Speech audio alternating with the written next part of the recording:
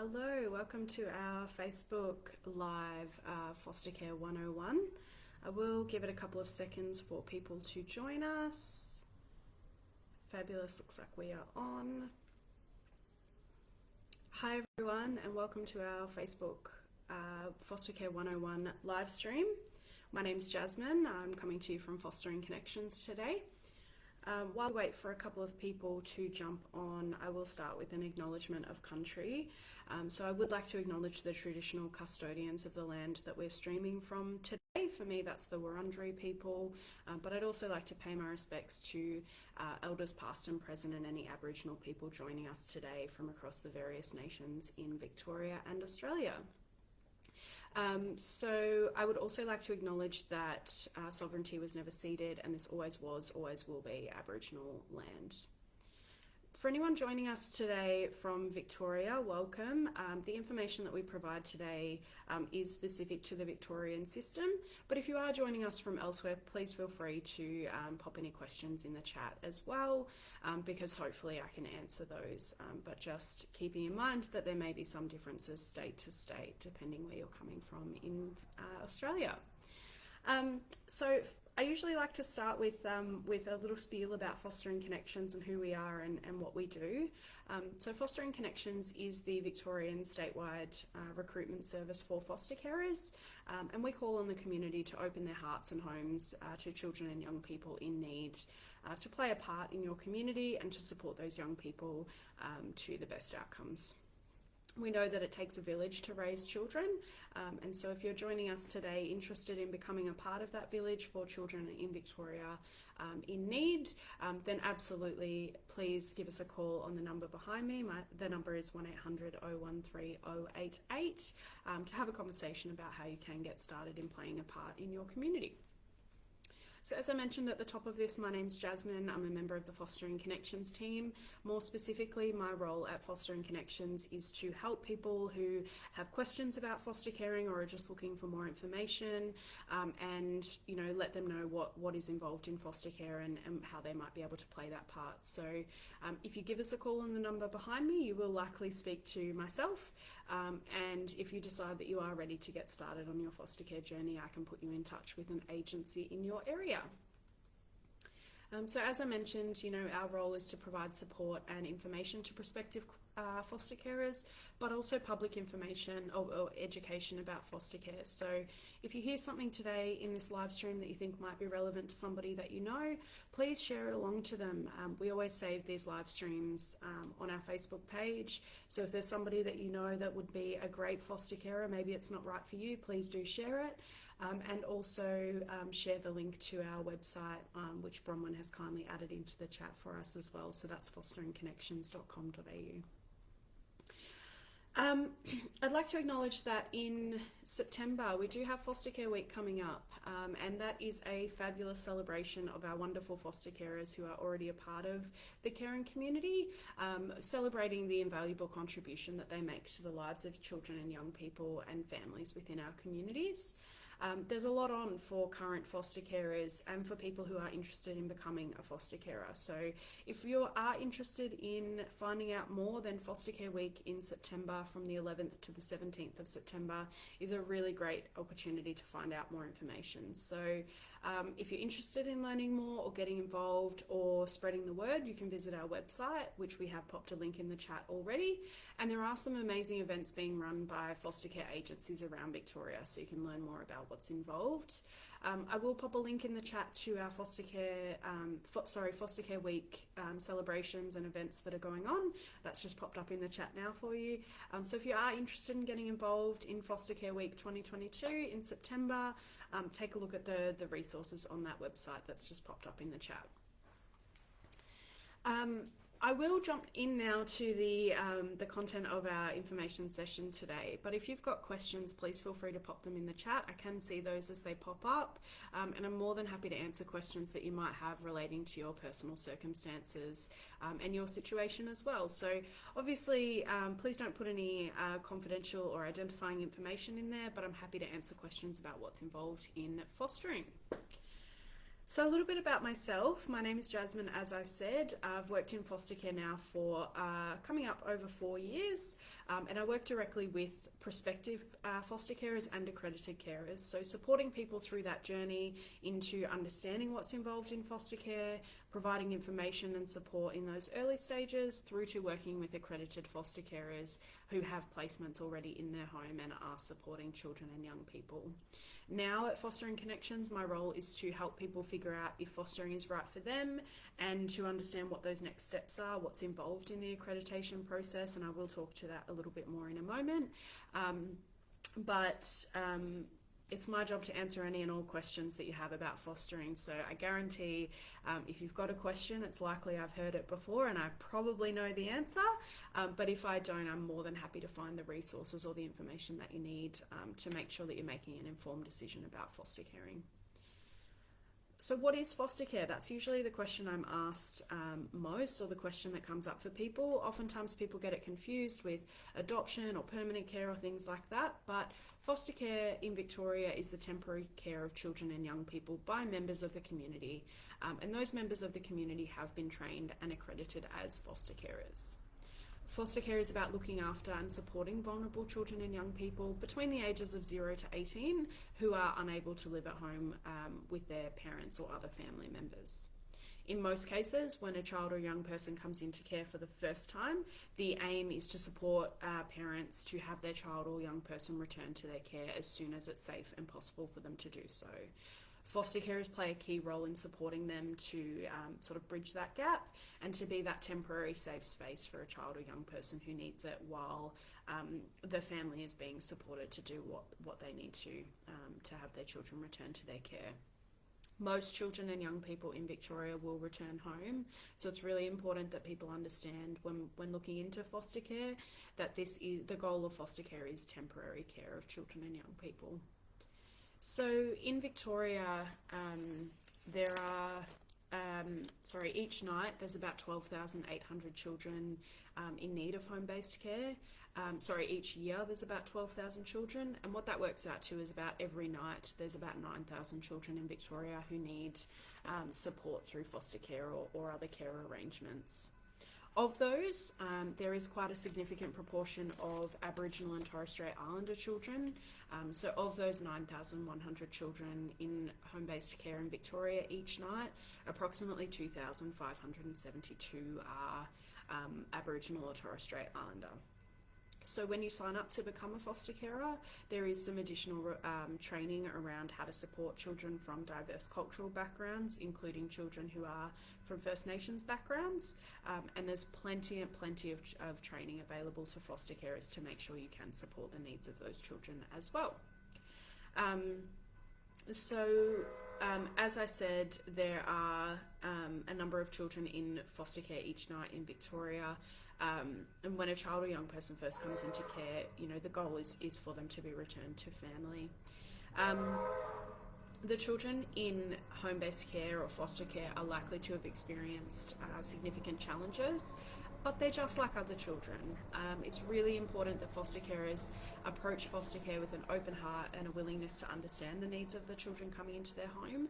But as a foster carer, you do receive lots and lots of training to help you understand the impact of the trauma or the challenging experiences that children might have experienced, and to train you in how to best approach that and respond to that. In addition, foster carers receive plenty of support, so things like your agency case manager checking in, whether that's by phone, text or email, however you best like to be communicated with. There are lots of training opportunities, as I mentioned before.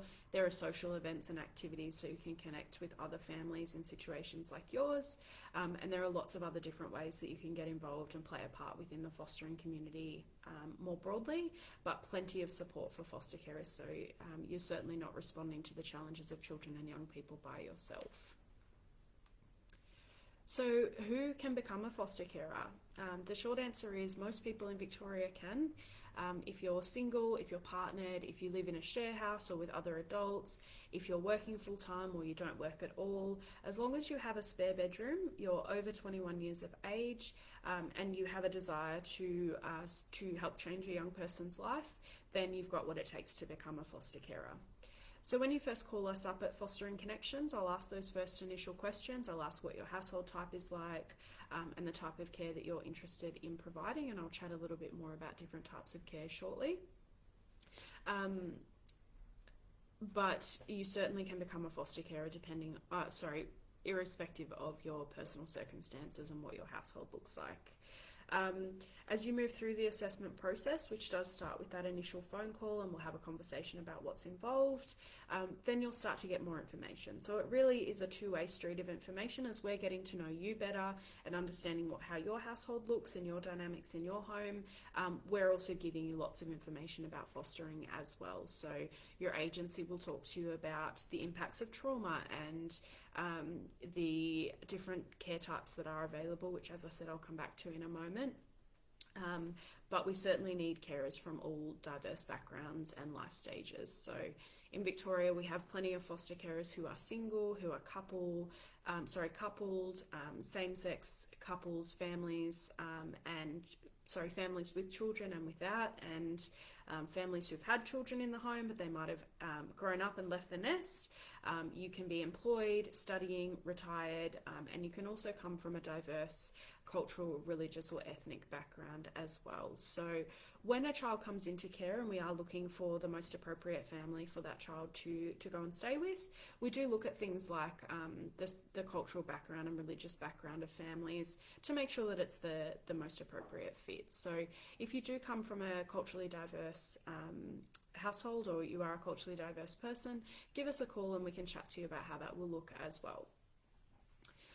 Carers aren't great carers aren't great in spite of diversity. They're great because of that diversity, because for every household there is a child that will thrive in that environment. So we do want to make sure that we are matching children and families as best as possible. And people often say to me, well, is there much need for foster carers? There will always be a need for foster carers, because we do need carers of all different backgrounds to make sure that it is the most suitable environment for each child that comes into care.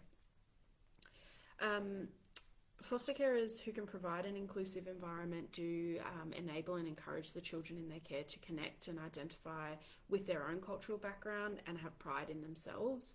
So it's really important that as a foster carer you can create a safe space to share your culture at home and within the community, so that can encourage a child to do the same. So we need carers who are definitely committed to culture and identity for that child and within their home. As I said, I'm more than happy to answer any questions that you might have if you want to pop them in the chat today, but otherwise I will keep moving through the frequently asked questions that we hear a lot. I mentioned earlier that I go through the process of becoming a foster carer, so I'll touch on that a little bit now. And as I said earlier, this process is specific to Victoria, so if you are dialing in from a different part of Australia or the world, definitely look into what that looks like in your state. But the process to becoming a foster carer in Victoria, step number 1 is to give us a call on the number behind me this way. So that's 1-800-013-088, and Bronwyn has popped that in the chat as well. So my job, if you call us up, my job on the other end of that phone line is to provide information and answer any questions that you might have, and then refer you on to a foster care agency in your area. So there are a number of foster care providers or agencies in Victoria, and the way that we link you up with those is based on whereabouts you live in the state. So I can have a chat to you about which agencies cover your area, can look you up in the system, and I'll get some basic information from you and refer you on to the agency of your choice. In Victoria, all foster carers go through a process of accreditation. So what that includes is a range of background checks, so things like your police check and working with children checks, things like a health check, so we get you to self-report on your view of your health, and we also get your GP to sign off on that one as well.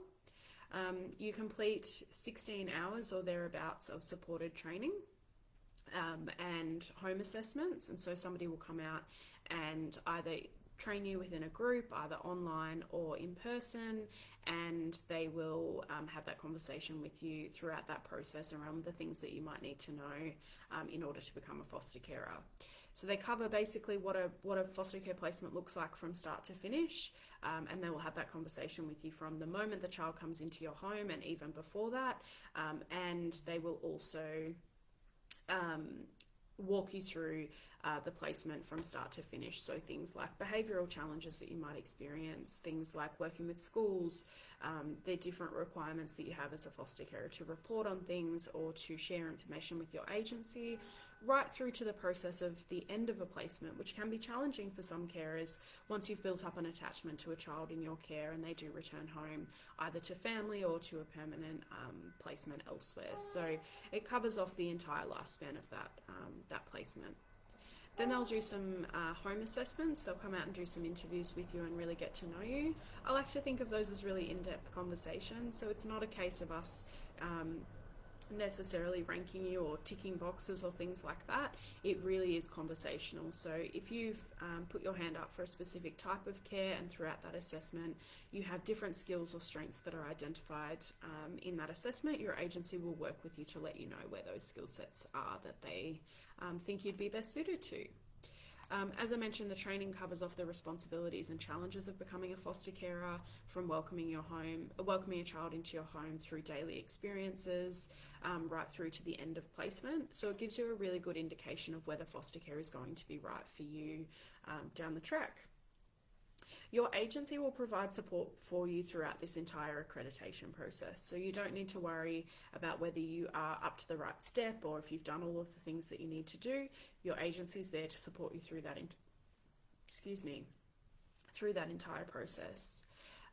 Accredited foster carers, once you've gone through that accreditation process, you will become a member of the Foster Care Association of Victoria, and they provide lots of training, advocacy. They have a great program where they can provide counselling to carers, say at the end of a placement or grieving the loss of a particular placement that you've had. And there's lots and lots of different support available through your agency as well. So as I mentioned, you become a member of the Foster Care Association, but you also have different supports available through your agency as well. So that includes training opportunities, social events so you can meet other foster carers, different supports in terms of therapeutic interventions for kids that might be a little bit outside your scope and things like that as well. There is a question in the chat from Tammy, thank you Tammy, asking if you're able to care for babies and provide respite if you don't have a spare room. Look, most agencies in Victoria do require a spare bedroom, but in some cases they can be flexible with that.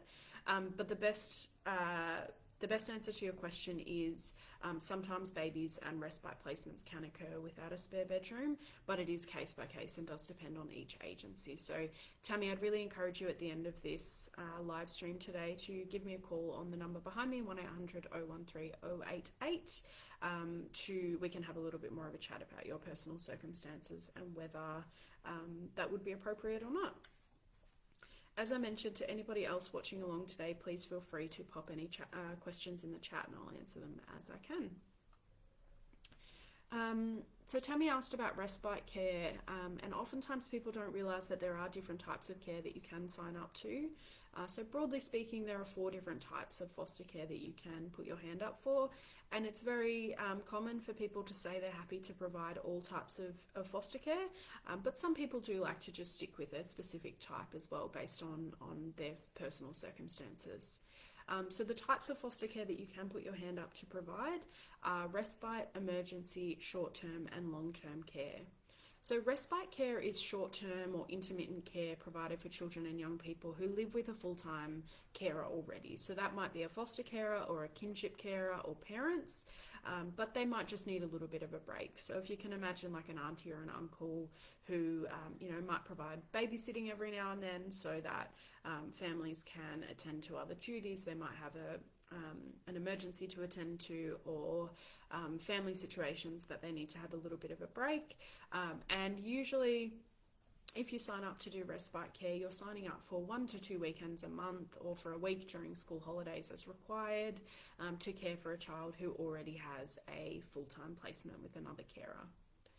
Emergency care is for children and young people who require immediate care due to concerns for their safety. So oftentimes this is children who are just requiring care immediately, while other planning is in process for the longer term. Because these arrangements are urgent, there's often very little notice before a child or young person is placed with a carer, and it can occur sometimes overnight. So if you're signing up to emergency care, that's best suited to people who have a bit of flexibility in their day-to-day routine, who can answer the phone overnight and it's not going to disrupt their work schedule or things like that. And you can commit to the length of time that you're comfortable with. So oftentimes they will ask if you can care for a child in an emergency placement for 3 weeks. That's usually the length of that initial court order. But you can say, look, we can do a couple of nights to help out while you find something more stable. And that is a perfectly acceptable way to get involved in emergency foster care as well. In terms of providing full-time care for a child or young person, that falls into our short-term or long-term categories. So for short-term care, it's for children and young people who require overnight care to up to about 6 months. Usually these children are on reunification plans, so the goal is for them to return to their parents, or they may be placed with extended family at the end of that foster care arrangement. Long-term care is usually arranged when a child or young person cannot return home for some time. So long-term care might cease when a permanent care arrangement is organised or when a child or young person reaches adulthood and independence. But usually long-term care is that sort of couple of years length of time. But you definitely can sign up for foster care for from one night to the length of time that you're comfortable with, and for some people that is indefinitely for a couple of years or until a child turns 18 or 21. So I've covered off the accreditation process and the different types of care. Those are usually the key questions that I'm asked off the bat. I'm going to say it again, but if you do have any more questions relating to your circumstances, pop them in the chat. Oh, we've just got one here from Mariana. I hope I'm saying that correctly. If you do get an emergency care placement, are you able to enrol the child in daycare while you're at work, or would you need to stay home? That is a really great question. For some children and young people, we would ask that the carers are available during the day, and oftentimes with emergency care, that can be something that they will look for because of the disruption that's occurred for that child or young person. So we don't want them to have to, build brand new attachments with, first of all, new carers and their extended network, but also daycare providers in a new location if that's the case.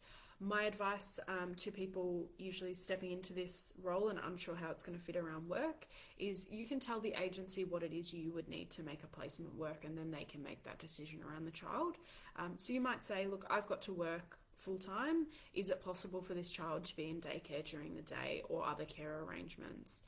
And people in foster care land are very creative and are usually able to offer different opportunities for solutions. So they might say, look, we can get a support worker to come out to your home during the day, or yes, they can be enrolled in daycare and the department might pay for that, but it really does depend case by case.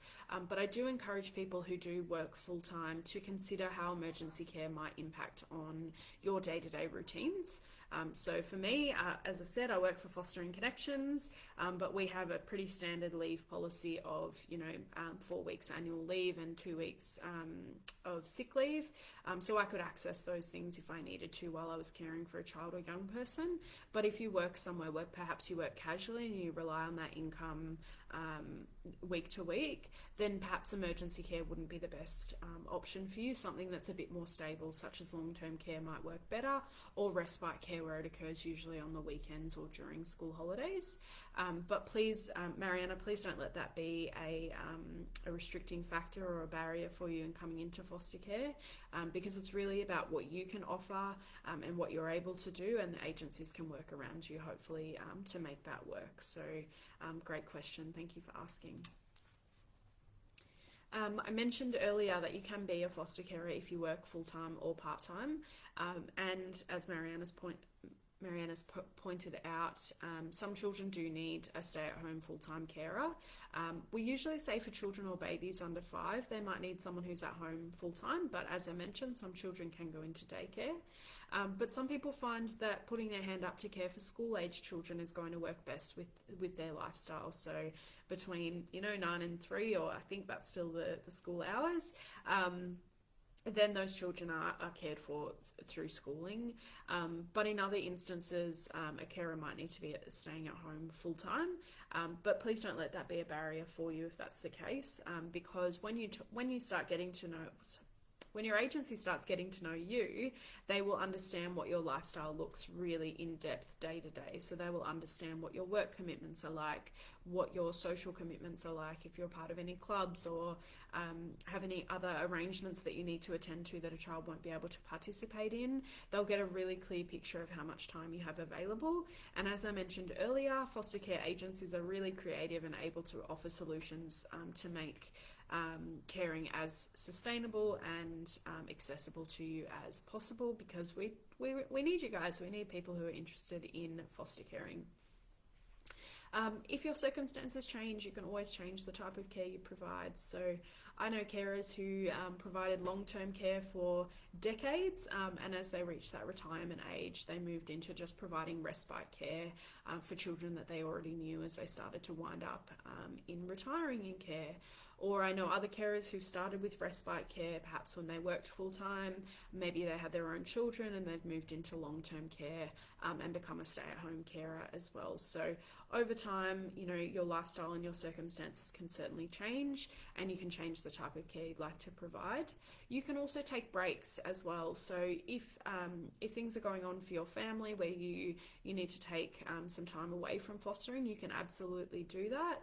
Plenty of people might do that if they've got a child who might be starting VCE or starting prep for the first time, where there's that adjustment period, or if you've had a particularly long placement, for example, and you want to take a break afterwards to regroup as a family, you can pause as a foster carer, and that's perfectly fine as well.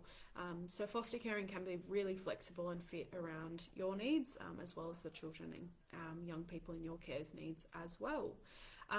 That goes for the care types as well. So you might sign up to say, we'd prefer to just do respite care, but unfortunately things are ever evolving in fostering.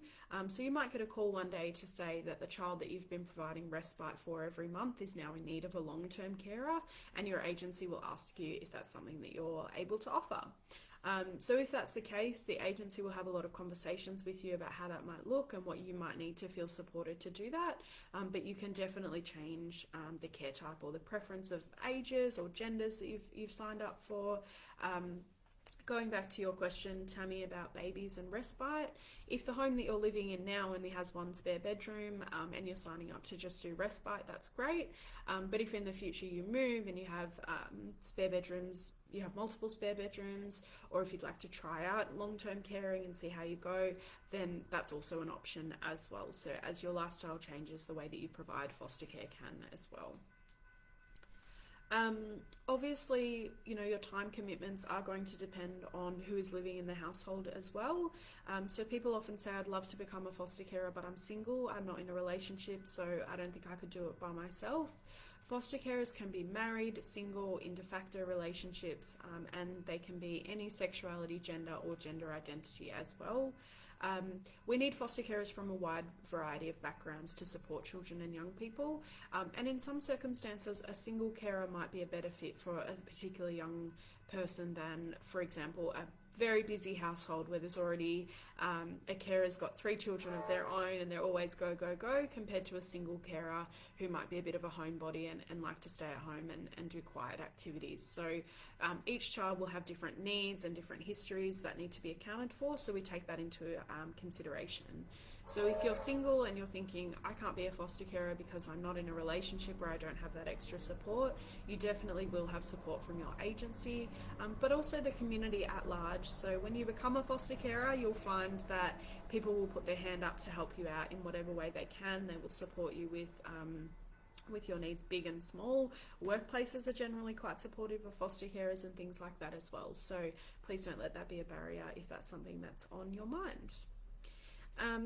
We're often asked as well, on that note, about spare bedrooms. If you rent, if you're allowed to become a foster carer.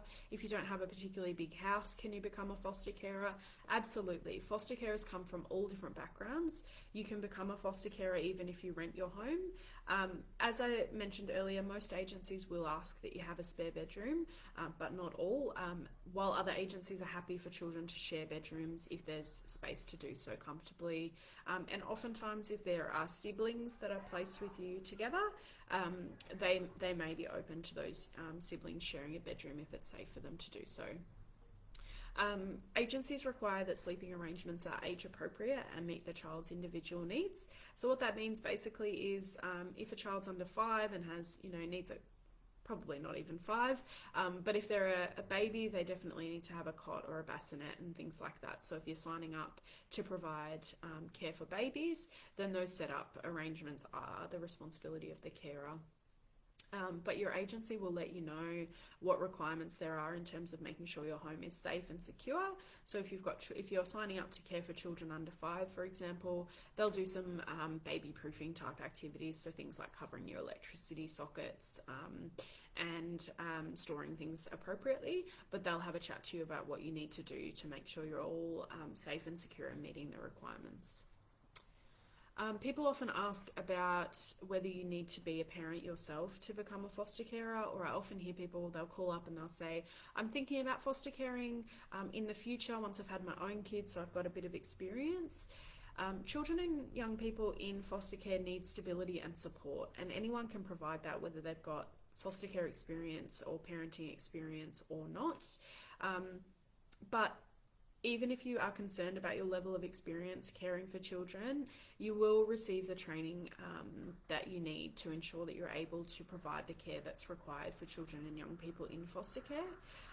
And another factor that people often don't consider is the role of a carer is very different to the role of a parent. So as a parent, you get to make all the decisions in the household, whereas foster carers are guided by what's called a care team.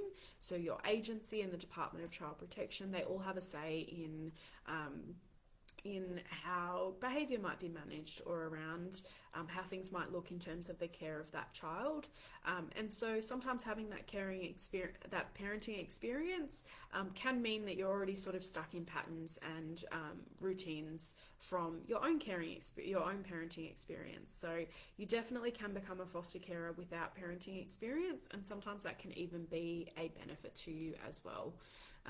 You won't need to change too much about your parenting approach if you've not cared for children before. On that same token, some people are worried about having their own children in the home, or think that they aren't allowed to foster if they've got children in the home. As I mentioned before, foster carers come from all different backgrounds and all walks of life, and children and young people in your home can actually make things more welcoming and inviting for a child or young person who's not living with their parents. So it gives them a playmate to spend time with, and can help out in making the home feel more comfortable. And of course, there are some placements for children and young people who have more complex needs, where it might not be appropriate for there to be other children in the household, and so your agency just won't place those children in your home if you've got children and young people of your own. However, as I said, many children and young people benefit from having other children. It helps them to socialise, it helps them to develop, but it can also provide really strong relationships as well. So a sort of sibling relationship can really help a child to feel relaxed and comfortable and welcome in your home as well. As I said, your agency will let you know if there's any concerns around behavioural challenges or different complex needs that a child might have, so you can make that decision based on whether it's going to be the right fit for you, your partner, or your children as well. So they'll provide you with as much information as they can to make sure it's as safe and stable as possible. I've mentioned a couple of times that children and young people in foster care can have behavioural or emotional challenges, and this is because most children and young people in foster care have had challenging experience and have experienced trauma.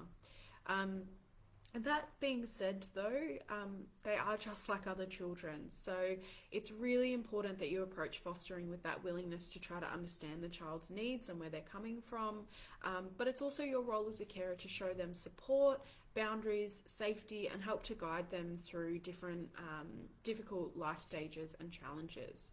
So if you're able to commit to persistent and consistent care, we know that that's critical into helping to manage emotional and behavioural challenges for children and young people. We know that when children have a strong relationship with a carer or other family members, that those challenges do tend to lessen.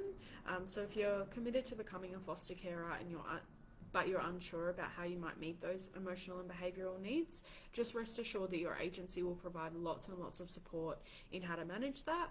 It's covered in the initial training about foster caring, so you'll learn about what to expect before you commit, and you can always ask questions and ask for support as well. Every agency in Victoria has a 24-hour on-call support service. So even if it's 2 o'clock in the morning and you're not quite sure how to respond to something, somebody is on the other end of that phone to provide you with support. So you're certainly not having to respond to children's needs all by yourself. And then during the day, usually 9 to 5, you will have a social worker that you'll build quite a strong relationship with, and you can contact them about specific needs that you might have for each placement as well. So you're certainly not in this alone. You certainly shouldn't have to be figuring out the best way to manage things by yourself, because that's what the agency is there to support you with. People often ask, what sort of information will I get about a child before they're placed with me? The biggest thing to remember as a foster carer is you can always ask for more information. Sometimes it might not be available, or they might not be able to share it with you because of confidentiality and privacy issues. But you can definitely ask for information that will help you prepare for a placement, such as medical needs, routines, behavioural needs, that child's placement history if they've been in care before, and also you can ask about the child's family details and contact arrangements, so if they'll be seeing mum or dad often, and things like that. And you'll also be given information about a child's cultural needs as well through a cultural support plan. So if you're called by your agency and asked, can you care for, let's say, little Timmy, you can ask things like, have they been in care before? Do they have any challenges that you know of? Do they have any medical needs that you know of? And your agency can seek that information if it's available. So you don't have to say yes right away, and the information that everybody needs to know will be different based on their circumstances. So really good example of that is the child in daycare because I work full time? So you can ask that before you commit to a placement, rather than having to figure that out once you've already committed. Does anybody watching have any other questions that I can answer while we're here? Definitely pop them in the chat if you do.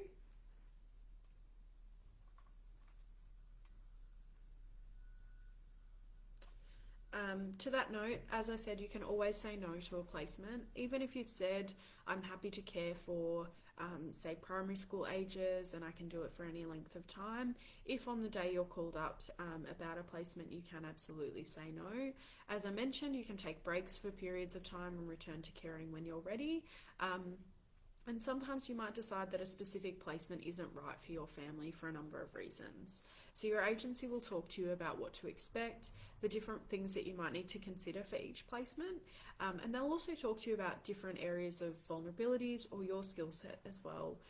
So they might let you know if they think that, if you've said, yes, I'd like to care for babies, but they've identified that you'd be a really cool carer for a teenager, for example, they'll let you know why they think that and why they're making those recommendations. But as a foster carer, you can always say no to placements that are not going to fit with your circumstances at the time. I mentioned earlier about family contact, and people often ask about what their role as a foster carer will be in supporting that family contact. Contact plans are determined by the Children's Court through the Department of Families, Fairness and Housing. So child's safety needs are always the priority, and each situation will be assessed individually, but most children in care will have some contact with their family, whether that's sometimes for babies, it can be every single day of the week while mum's working on things that she might need to do to prepare to have her children returned. But for older children, it might be might be varied lengths of time, and it may be unsupervised or supervised. But most children in foster care will have contact with their family members if it's safe for them to do so. Most children will also have contact with extended members of their family and community, which is particularly important for children and young people from diverse cultural backgrounds, including First Nations children. They get a lot of benefit out of having a positive relationship between the foster carer and the parents. So the question is often, will I have to have contact with the parents of these children as a foster carer? And the answer to that is not often, unless it's appropriate for that to be the case, or something that you're willing to do. But your role as a foster carer is to make family contact as positive of an experience as possible. Things like facilitating that process as best possible to support the child. And your agency will talk to you about the best ways to do that for each individual child. For First Nations children, it's especially important that they have contact with families and community, especially if they're placed with non-Aboriginal carers. So the goal is to keep Aboriginal children in care connected to family and community, and to ensure there's a sense of belonging and cultural identity is strong within them. But again, your agency will talk to you about those specific needs for each child. There's another question that's just popped up in the chat there. I do apologise, I can't see the name of the commenter, but the question is, I have younger kids and is there an age that my kids would have to be before taking in new kids? Not strictly. And again, it really comes down to your personal circumstances, but there are a couple of different ways that you can look at it. So usually if people have children under 5, usually we recommend that you have a 2-year age gap between your children and the children in care. And part of the reason for that is it helps to maintain that sort of birth order in the family. So if your eldest is, for example, 7, and you signed up to care for a 9-year-old, suddenly there is a bigger, older child in the house that can sort of boss them around, and it takes away that birth order and makes things uncomfortable. So we usually recommend to have a 2-year gap and go younger than your youngest, but that's certainly not a strict criteria. If it's something that you're comfortable with caring for children of the same age, that can be really beneficial for kids in care as well, to have another child in the house that's of similar age, likes to play similar games, and they can get along in that sense as well. You might make considerations around the gender of children that you care for. So, for example, if you have girls, you might choose to only care for girls in your household as well, to keep everyone safe, but also to keep boundaries and things like that really firm. The other thing as well is you can also go much older. So we often find that older kids can find that role of being an older sibling quite beneficial, but also oftentimes children in care have been an older sibling in their own home. So an unfortunate reality of fostering is sometimes siblings are separated, but it can be really beneficial for a young person who's had a big sibling role to come into a house where there's younger kids, and we often find that they take on that position in the new home as well. So to answer that question, absolutely not. There is no strict age limit on your children's own age. There is one caveat there I've forgotten about. Usually if you have a child under 2, when you start that accreditation process, they will ask for you to wait until your birth child is 2 years old, just so that we know that in those early stages of life, that building attachment and connection with your baby is really important, but also it's quite a full-on first few years as well. So we don't want you taking on we don't want you taking on too much and finding that it's burning you out as well as a carer. We want our carers to be able to do this for as long as they would like to, so we want to make sure that that's as safe and stable as possible in your home. I hope that answers your question. Does anybody else have any other questions? We've got quite a few viewers here still, so if you do have questions, please pop them in the chat.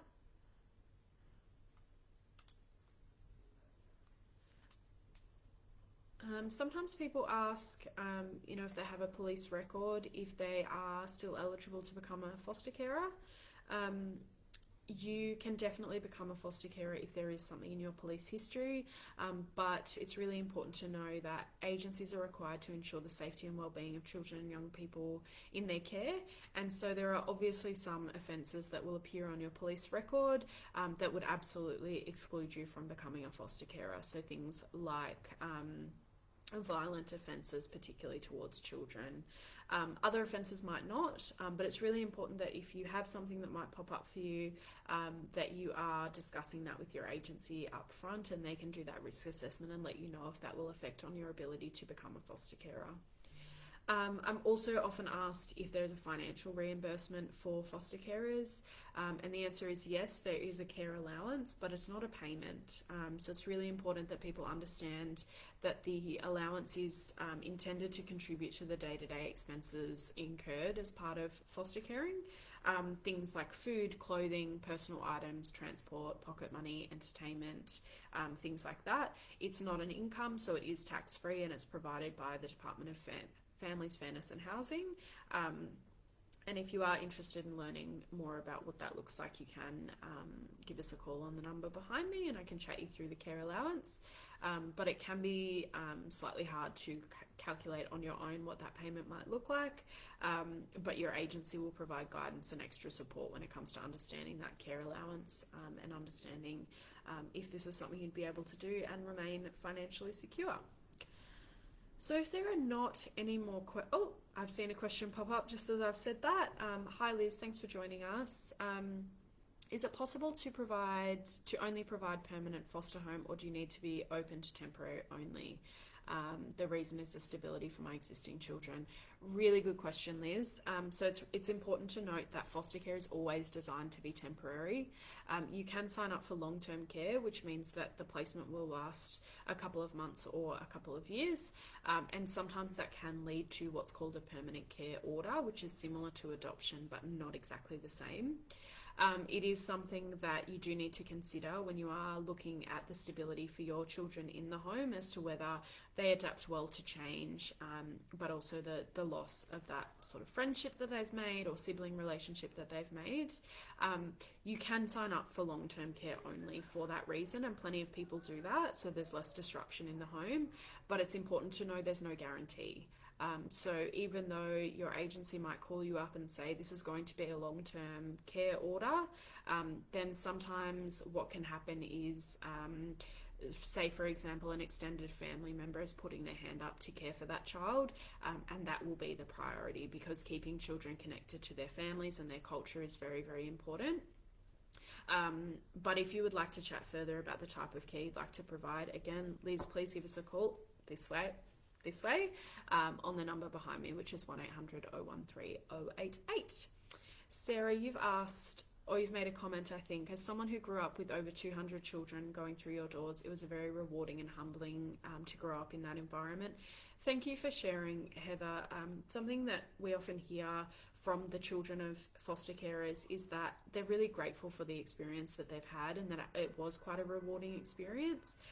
And it's not like anything else, you know, you really do get exposed to children and young people from all different diverse backgrounds and life experiences, which can be a really beneficial experience for your own children in the home. So often people are worried about the impacts it will have on their children, but as Sarah's kindly pointed out, it is something that the children of foster carers usually do reflect on as being quite a positive experience. Really important to note that your agency will do everything they can to make sure that your own children are safe, and that includes their emotional safety as well. So in terms of Liz, what you mentioned about the stability for your existing children, as part of your assessment process, they will look at your children's temperaments and how they cope with change and things like that, whether the age range that they are at in the moment and their own experiences is going to suit foster caring on a temporary basis. They'll have those conversations directly with your children and young people, but also once you're accredited as a carer, there is a lot of different supports available, not only to you as a foster carer, but to your children and other people in your network as well. So there's training available to young people and support groups through a program called I Care Too. So you can enroll your kids in that. They'll meet other kids that are part of caring households. They'll learn skills and and different techniques to manage, that loss and grief for themselves. But also your agency will provide you with strategies in how to talk to your kids about certain things. So I've certainly spoken to carers where they've said, how do I talk to my kids about this? And that's what your agency is there for. You are not expected to be the expert when you become a foster carer. Thank you so much for this information. You are very welcome. We do these foster care 101s usually once a month. So definitely tune in if you do have other questions or if you are interested in learning more. But also if there is information that I haven't provided today or questions that you have, again, you can give us a call on the number behind me. I'm a bit of a broken record, but it's 1-800-013-088. Belle, you've asked, how hard is it to become a foster carer? Really great question. How long is a piece of string? Belle, you've said you're a nurse. Is it difficult as it's something you'd love to be able to do? Bronwyn's going to kindly pop a link into the chat for us because there is a... Bronwyn's going to pop a link in the chat to the recording of this live stream today. But the short answer is there is an accreditation process. It usually takes between 3 and 6 months.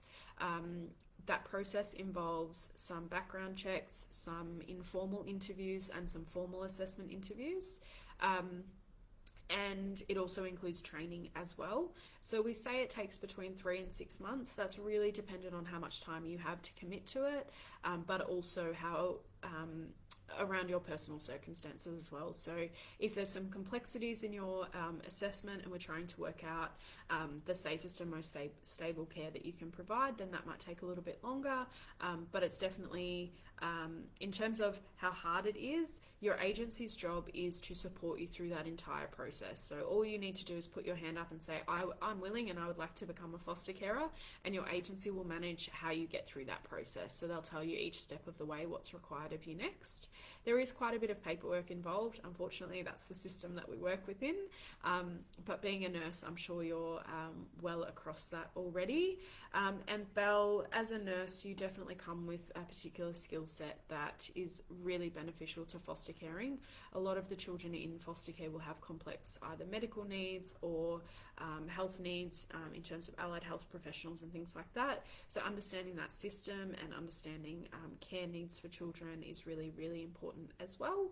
And also having that that desire or willingness to provide a caring environment is something that we definitely look for. So if you are interested and you want to learn more about the process, Bronwyn has put a link in the chat to what's involved and how you become a foster carer. But if you're interested in how that might fit around your schedule as a nurse, I wonder if you work shift work and things like that, you can give us a call and I can chat to you about your circumstances more specifically and answer any questions you have about that. Does anybody have any other questions?